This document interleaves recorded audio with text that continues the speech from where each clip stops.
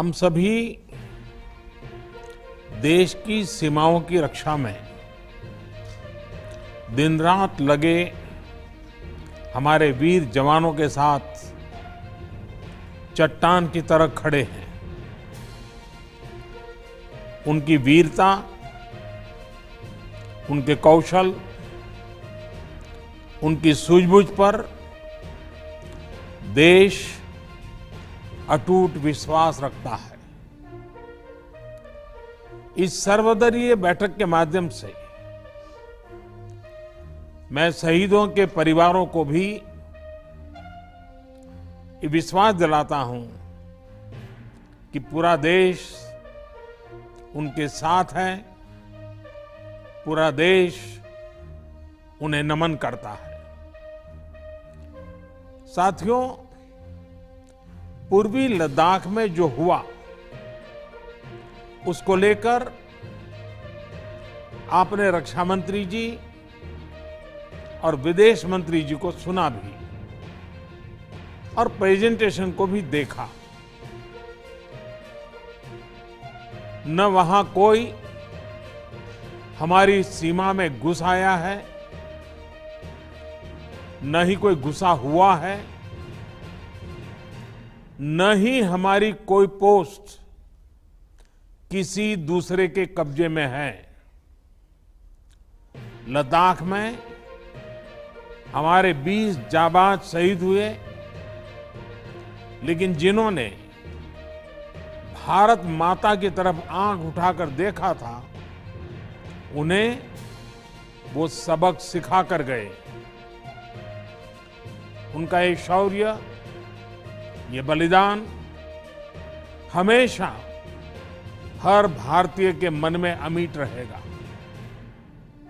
साथियों, निश्चित तौर पर चीन द्वारा एलएसी पर जो किया गया है, उससे पूरा देश आहत है,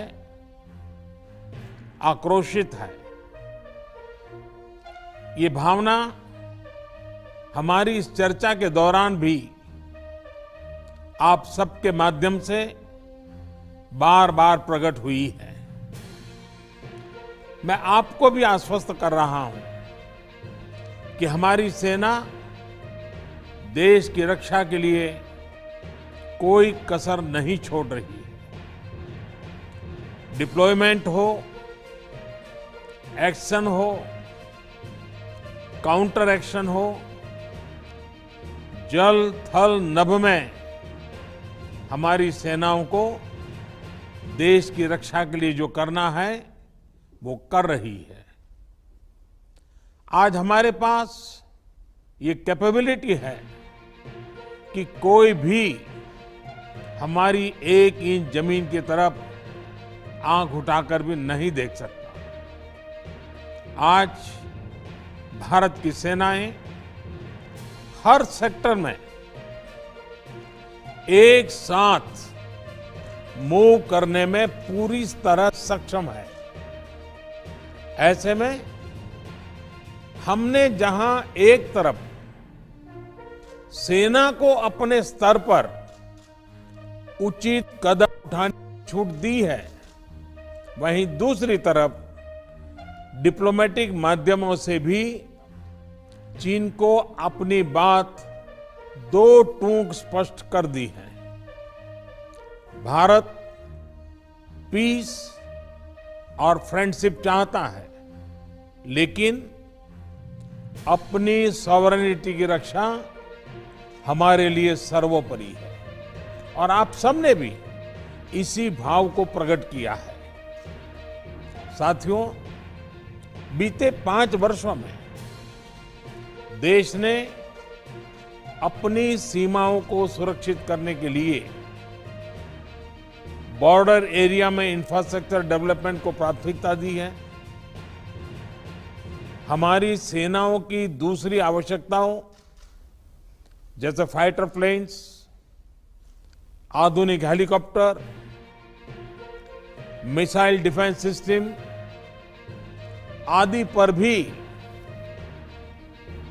हमने बहुत बल दिया है। नए बने हुए इंफ्रास्ट्रक्चर की वजह से खासकर एलएसी में अब हमारी पेट्रोलिंग की कैपेसिटी भी बढ़ गई है। पेट्रोलिंग बढ़ने की वजह से अब सतर्कता बढ़ी है और एलएसी पर हो रही गतिविधियों के बारे में भी समय पर पता चल रहा है।